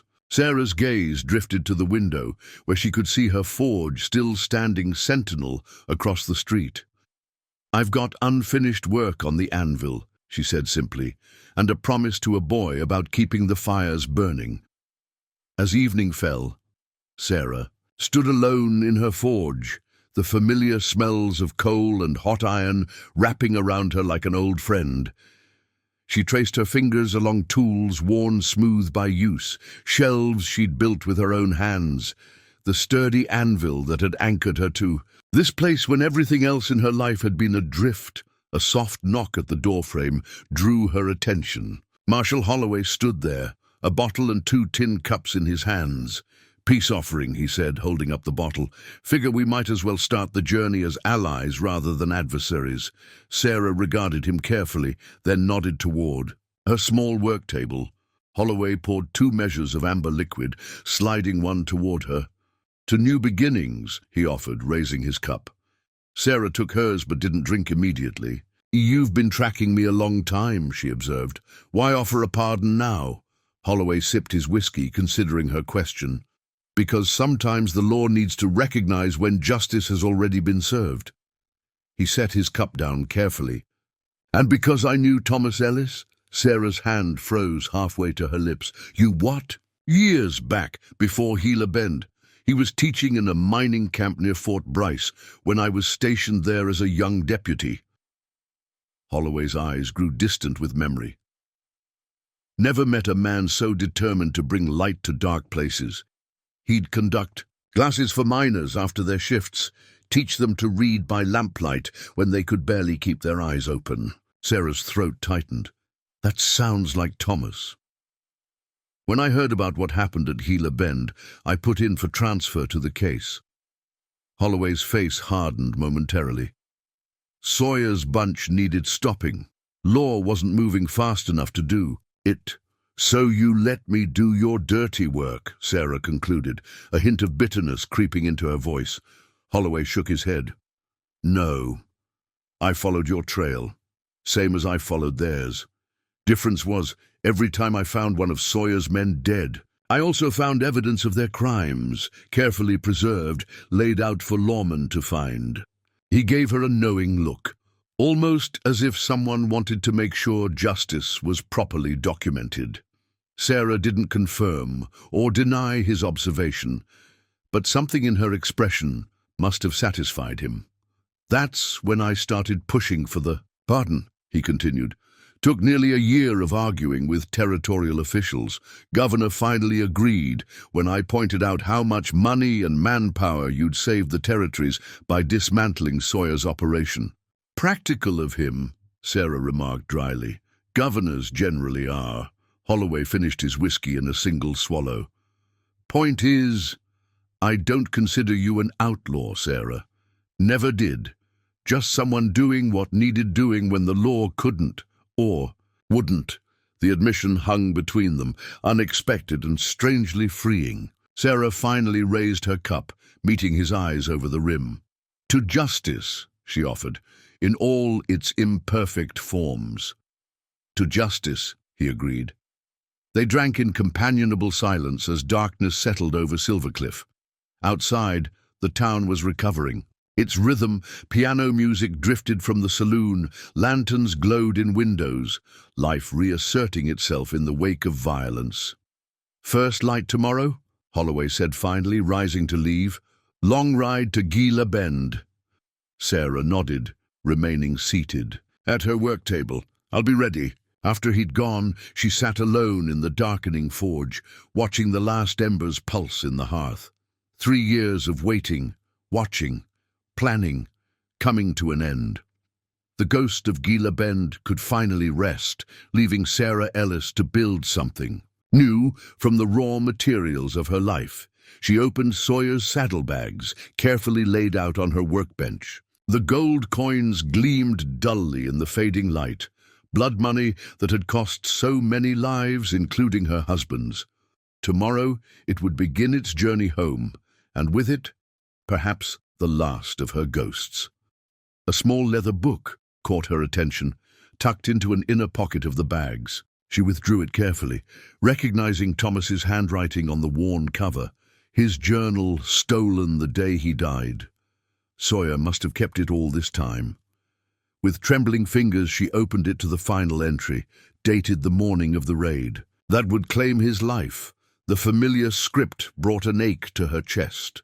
Cassidy continues to doubt her place here, but I see how the children respond to her stories of the world beyond these mountains. She brings something to this town that I, for all my learning, cannot, a practical wisdom born of hard experience. Perhaps that is the truest education of all, not what we find in books, but what life writes upon our hearts. Sarah closed the journal gently, pressing it to her chest. For the first time since Gila Bend, since the canyon fire, since all that had come after, she allowed herself to weep. Not the silent tears of rage that had fueled her vengeance, but healing tears that washed away something broken and left something else in its place. Dawn painted the eastern mountains in shades of fire as Sarah secured the last of her provisions. The gold sat heavy in her saddlebags. 20,000 in mint-stamped coins, each one a memory, a life, a reason. Thomas's journal rested inside, her coat close to her heart, its pages both balm and burden. Sheriff Parker appeared through the morning mist, leading his own mount. "Ready?" he asked simply. Sarah nodded, checking her cinch straps one final time. Marshal Holloway. Meeting. Us at the edge of town. Wanted to give final instructions to the deputies escorting the prisoners to the territorial seat. Parker studied her face in the soft morning light. "You look different." "Feel different," she admitted, swinging into her saddle with practiced grace. They rode in companionable silence through the awakening town. Shopkeepers swept their boardwalks, nodding respectfully as they passed. Outside the general store, Jackson tipped his hat from where he sat mending a harness. Doc Wallace raised a coffee cup in silent salute from his porch. At the blacksmith shop, a small figure stood waiting. Michael had positioned himself before the forge, his stance mimicking Sarah's usual posture. Shoulders squared, chin lifted. A gravity beyond his years in his young face. Sarah reined in, studying her apprentice with unexpected emotion. "Remember what I showed you about tempering the steel," she said. "Not too hot, not too cold." "I remember," Michael nodded solemnly. "Like life itself, you said." A smile touched her lips at his earnestness. "Take care of her for me," she added, gesturing to the forge. "She's temperamental but loyal if treated with respect." "Yes, ma'am." The boy hesitated, then blurted, "Will you come back? People are saying—" "People always talk," Sarah interrupted gently. "Judge me by what I do, not what others say I might do." She reached into her saddlebag and withdrew a small object wrapped in cloth. "This is for you, a reminder." Michael unwrapped it carefully, revealing a finely crafted hammer, smaller than standard, perfectly sized for his young hands. His name had been etched into the metal, the workmanship exquisite. "Made it last night," Sarah explained. "Every blacksmith needs their own hammer, one that becomes an extension of themselves." The boy clutched it reverently, blinking back tears that would have mortified him had anyone noticed. "I'll make you proud," he promised. "Already have," she replied simply, touching her hat brim in salute before turning her horse toward the town's edge. Marshal Holloway waited for them at the crossroads, his posture military straight despite the early hour. The badge on his chest caught the morning light, momentarily blinding in its reflection. Ellis, Sheriff. He nodded to each in turn. "Roads should be clear, but we'll keep a steady pace. With luck, we'll reach Dry Creek by nightfall. Gila Bend in 3 days. Parker adjusted his hat against the rising sun. Any word on remaining members of Sawyer's outfit? Telegraph last night confirmed what Miss Ellis told us. Most were already dead or captured before yesterday's excitement. Holloway's weathered face betrayed grudging respect. Seems the ghost was thorough in her work. The ghost is dead, Sarah reminded him quietly. Died with Morgan in the street. Holloway's eyes held hers for a moment, measuring the truth of her words. Whatever he saw, there seemed to satisfy him, for he nodded once, sharply, before turning his horse toward the trail. They rode steadily through the morning, the landscape shifting from the gentle basin that cradled Silvercliff to rougher country. Rocky, outcroppings like sentinels watching their passage, scrubbed juniper clinging to stone with stubborn determination. The trail narrowed, forcing them into single file, Sarah taking the middle position between Holloway's lead and Parker's watchful rear guard. By midday, they'd climbed high enough to look back on the path they'd traveled. Silvercliff lay distant, now a collection of sun-bleached buildings nestled in the valley's embrace. Sarah reined in briefly, studying the town that had sheltered her, hidden her, given her purpose when vengeance alone had not been enough. Having second thoughts? Parker asked, pulling alongside her. She shook her head. Just saying goodbye to a chapter. The sheriff's face softened with understanding. Chapters end, but stories continue. Sarah touched the journal inside her coat. Thomas used to say something similar, that our lives are books we write through our choices, page by page. Wise man, Holloway commented from ahead, having overheard. Would have liked to know him better. He would have liked you too, Sarah replied, surprising herself with the admission. He believed in the law, even when it failed him. They made camp that evening in a protected hollow, a small fire their only concession to comfort. The gold remained secured to Sarah's saddle, never far from her watchful eye. As night deepened around them, Holloway produced a flask, passing it first to Parker, then to Sarah. To completed journeys, he offered. Sarah accepted the flask but didn't drink immediately. Is that what this is? An ending? Depends on your perspective. Holloway leaned back against his saddle, studying the star-scattered sky. In my experience, endings and beginnings are often the same thing, just viewed from different sides. Parker nodded in agreement, stoking the fire with a stick. Like a blacksmith's work, breaking down to build up. Destruction and creation, all part of the same process. Sarah sipped from the flask, the whiskey burning a familiar path. Poetic for a lawman, she observed, but there was no bite in her words. Law doesn't preclude poetry, Holloway replied mildly. Just as violence doesn't preclude justice. The statement hung between them, a truth all three understood from different angles. They'd each walked the knife's edge between justice and vengeance, law and necessity, in their own ways. When we reach Gila Bend, Sarah said finally, her voice low but steady, I'll need to visit the cemetery.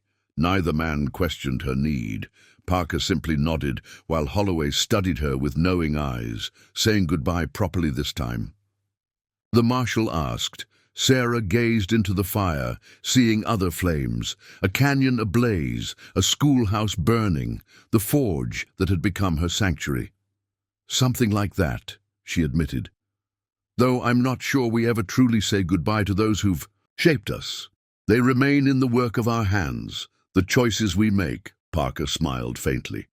Now who's being poetic? A ghost of a smile touched her lips. Occupational hazard of loving a teacher, I suppose. They fell into companionable silence, each lost in private thoughts as the fire burned low. Sarah found herself tracing the outline of Thomas's journal. Through her coat, a habit that had formed in the single day since finding it. His words had carved a space inside her, not healing the wound of his loss exactly, but reshaping it into something she could carry differently. Morning brought thin, high clouds scudding across the sky, harbingers of weather yet to come. They broke camp efficiently, each falling into their roles with the ease of people accustomed to life on the trail. As they mounted up, Holloway studied the horizon with a practiced eye. "Storm coming," he observed. "2 days out, maybe less. We'll need to make good time." They pushed harder that day, the horses maintaining a ground-eating trot where the trail allowed. By mid-afternoon, they'd entered country Sarah knew intimately, the approaches to Gila Bend territory, where her hunt had both begun and nearly ended 3 years before. "Canyon's about 10 miles east," she said, as they watered the horses at a small spring. "Where Sawyer thought he'd finished me." Holloway regarded her curiously.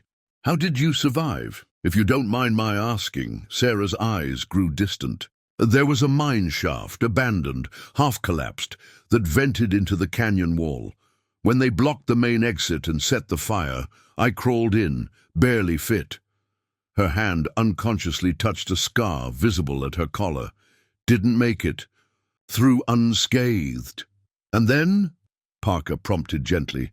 "Followed the shaft until it opened on the far side of the ridge. Crawled out more dead than alive." Her face hardened at the memory. "Found an old prospector's cabin, recovered enough to start tracking them."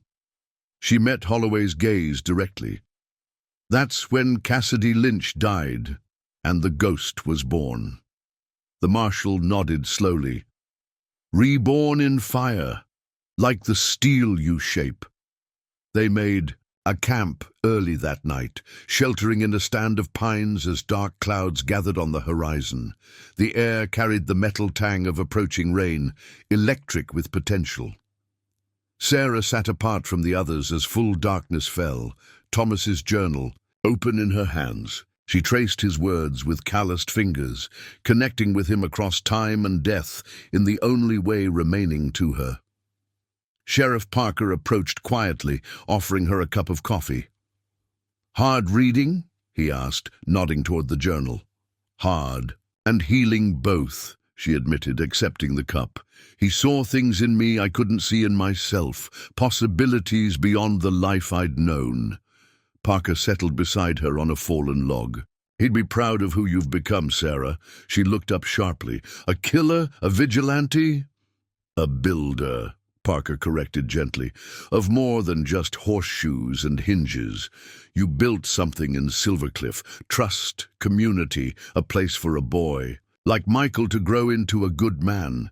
Sarah's throat tightened unexpectedly. "The day after tomorrow, we reach Gila Bend. The gold gets returned. My bargain with Holloway is fulfilled." She looked toward where the marshal sat, cleaning his rifle by the fire. "What happens then?" Parker considered her question carefully. "That depends entirely on what you want to happen." "And if I don't know?" The sheriff smiled faintly. "Then you do what any good blacksmith does. Heat the metal, shape it, temper it, create something new from raw possibility."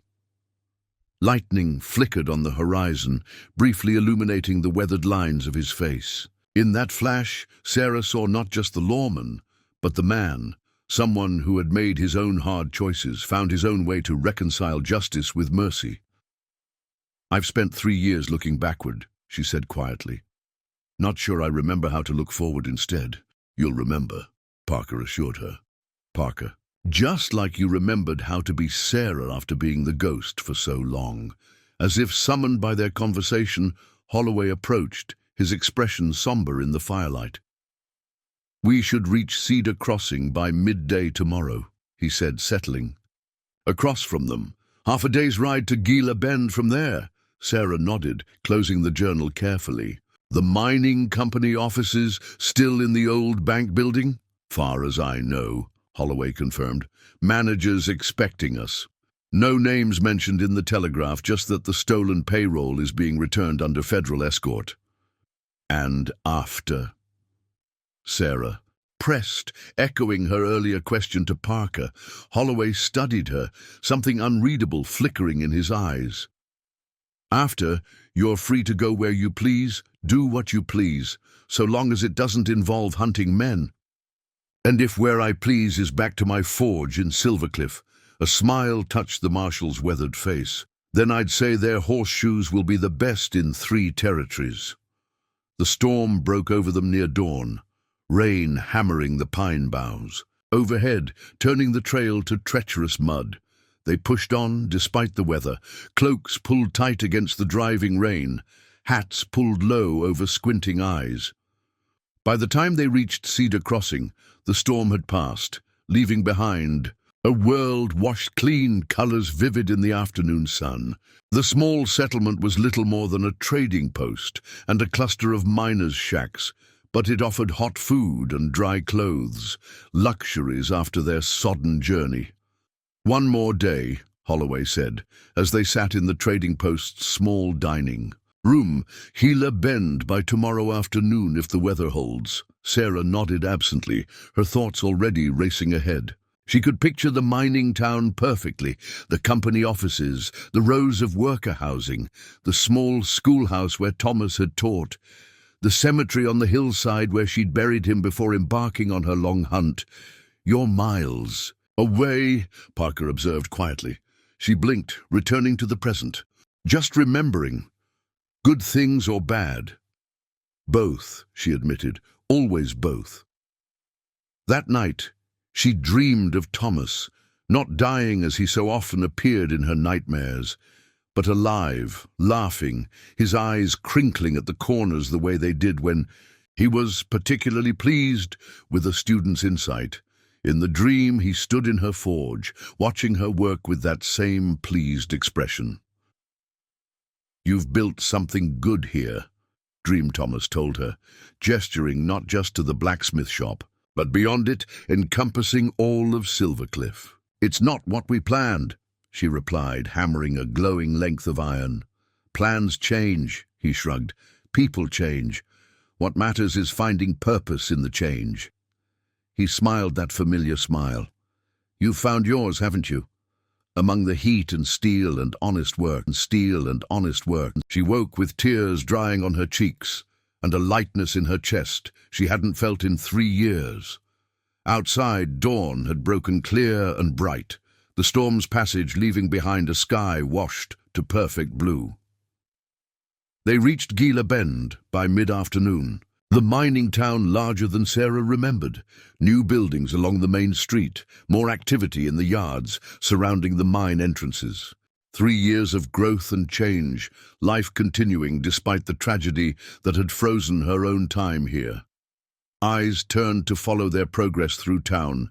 3 riders, trail-worn and armed, clearly not ordinary travelers. Sarah kept her hat pulled low, her posture deliberately different from the schoolteacher's wife she'd been when last she walked these streets. The mining company offices occupied a solid brick building at the town centre. A clerk met them at the door, eyes widening at the sight of Holloway's badge. "Manager Thornton is expecting you, Marshal," he said, leading them to a well-appointed office at the rear of the building. Thornton proved to be a barrel-chested man with shrewd eyes and a firm handshake. He listened without interruption as Holloway explained their mission, his gaze frequently drifting to Sarah, who stood silently by the window. "The company had written off that payroll years ago," he said when Holloway finished. "Insurance covered. Most of the loss, though not the human cost, of course." He shook his head sadly. "Terrible business, that raid. Town's only now really recovered." Sarah stepped forward, removing the saddlebags from her shoulder. 20,000 in gold eagles," she said, placing them on his desk. "Minus about $50 for the ammunition it took to recover it." Thornton blinked at her directness, then offered a startled laugh. "Fair enough." He opened the bags, verifying the contents briefly, before looking up with genuine gratitude. "The company will want to reward you, of course. There was a substantial bounty—" "Not necessary," Sarah interrupted. "But there is something you could do." "Name it." "The schoolhouse. Has it been rebuilt?" Thornton nodded. 2 years ago. Bigger than before. with proper brick instead of wood. Set up a fund for books and supplies, Sarah said, in Thomas Ellis's name. Understanding dawned in the manager's eyes. You're just someone keeping a promise, she cut him off. Can you do it? Of course, Thornton agreed quickly. I'll see to it personally. Holloway stepped forward, laying papers on the desk.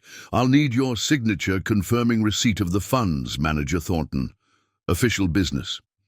As the men concluded their transaction, Parker joined Sarah by the window. Well done, he said softly. She nodded once, sharply, her eyes fixed on the hillside cemetery visible in the distance. One more stop, she murmured. Preparing and narrating this story took us a lot of time, so if you are enjoying it, subscribe to our channel. It means a lot to us. Now back to the story. The cemetery lay quiet in the late afternoon sun. Wildflowers nodding between the markers. Sarah walked alone among the graves, Parker and Holloway waiting respectfully by the gate. She found Thomas's headstone easily, simple granite, weathered but well-maintained. She knelt beside it, placing a hand on the sun-warmed stone. "Hello, Thomas," she said softly. "I brought your journal home." The breeze whispered through the grass, carrying the scent of sage and distant rain. Sarah drew the leather book from inside her coat, tracing its worn cover one last time. "You were right," she continued, her voice steady despite the ache in her chest. "About so many things.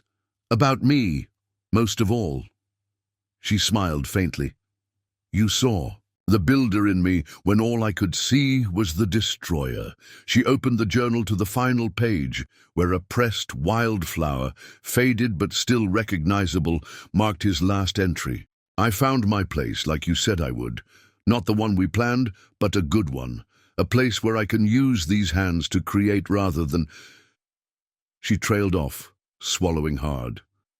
"I'm not asking forgiveness," she said after a moment. "What I did, I'd do again, but I'm laying it down now, all of it." She touched the headstone gently. "The ghost is truly gone this time." Sarah placed the journal carefully at the base of the stone, weighing it with a small piece of quartz crystal that caught the light like a fallen star. "Goodbye, Thomas," she whispered. "Thank you for teaching me that endings can also be beginnings." She rose, brushing dust from her knees, and turned to find Parker watching her from halfway up the hill. His expression held neither judgment nor pity, only understanding. "Marshall's secured rooms at the hotel," he said as she approached. "Thought we might stay the night, start fresh in the morning." Sarah nodded, casting one last glance toward the grave. "I'm ready." That evening, as they sat on the hotel's porch watching the mining town's rhythms, shifts changing, lamps being lit, children called home for supper, Holloway produced an envelope from his coat. "Official pardon," he said, handing it to Sarah. "Signed, sealed, and witnessed. Cassidy Lynch is officially dead, her crimes absolved in recognition of service to the territories." Sarah accepted the document, its weight far greater than mere paper. "And Sarah Ellis, free to live her life as she sees fit." Holloway knocked his pipe against the porch rail. "Though I'd consider it a personal favor if that life remains on the right side of my badge." A smile touched her lips. "I think I've had my fill of the wrong side, Marshall." "Good." He rose, stretching tired muscles. "I'll be heading to Carson City tomorrow. Prisoners to process, reports to file." He regarded her thoughtfully. "You two heading back to Silver Cliff?" Parker glanced at Sarah, the question in his eyes matching Holloway's spoken one. She gazed out toward the mountains, painted in sunset. "Hues of copper and gold. Yes," she said finally. "I have a forge waiting, and an apprentice who needs to learn the difference between tempering and annealing." Relief flickered across Parker's face. "Town will be glad to hear it." "Will they?" Sarah wondered aloud. "Now that they know what I was, what I did, they know, and who you are," the sheriff corrected gently. "The rest is just history." 3 days later, they crested the final ridge overlooking Silver Cliff. The town nestled in its valley just as they'd left it, though somehow it looked different to Sarah's eyes, no longer a hiding place, but a home, freely chosen. Smoke rose from her forge, a sight that brought an unexpected lump to her throat. As they rode closer, she could make out Michael's slender figure, alternately working the bellows and striking metal with determined if inexpert blows. The boy spotted them when they were still a quarter-mile out. He abandoned his work instantly, racing down the street with unrestrained joy. "Miss Ellis! Sheriff, you're back!"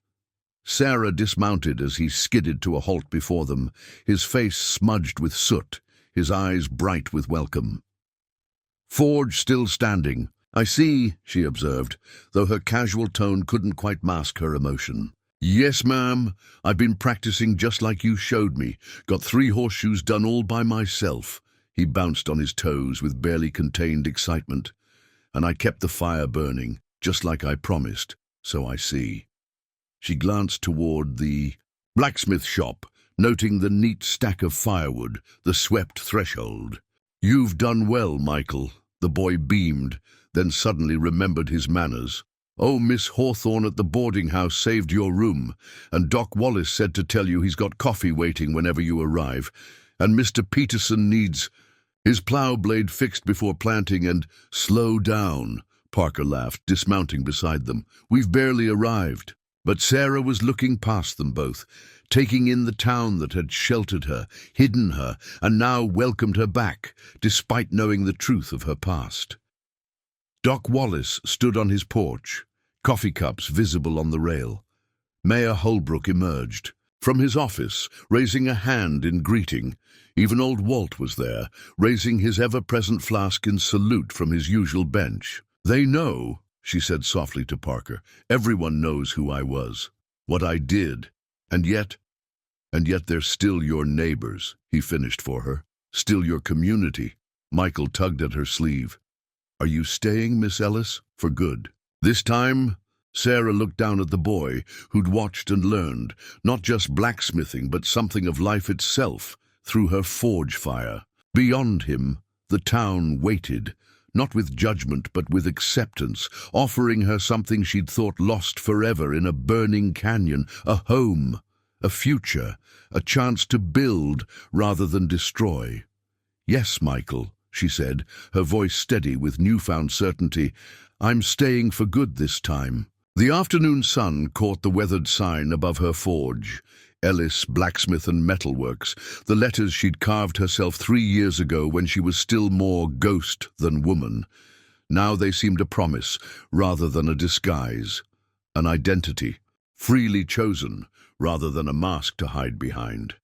Sarah Ellis, once Cassidy Lynch, once the ghost of Gila Bend, walked toward her forge, toward the fire that had become not just her livelihood, but her salvation. The heat greeted her like an old friend, the familiar smells of coal and hot iron wrapping around her like a welcome home.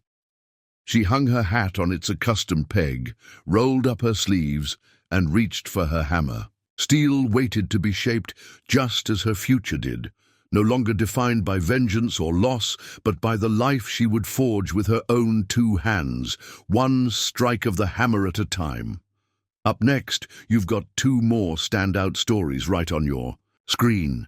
If this one hit the mark, you won't want to pass these up. Just click and check them out, and don't forget to subscribe and turn on the notification bell so you don't miss any upload from us.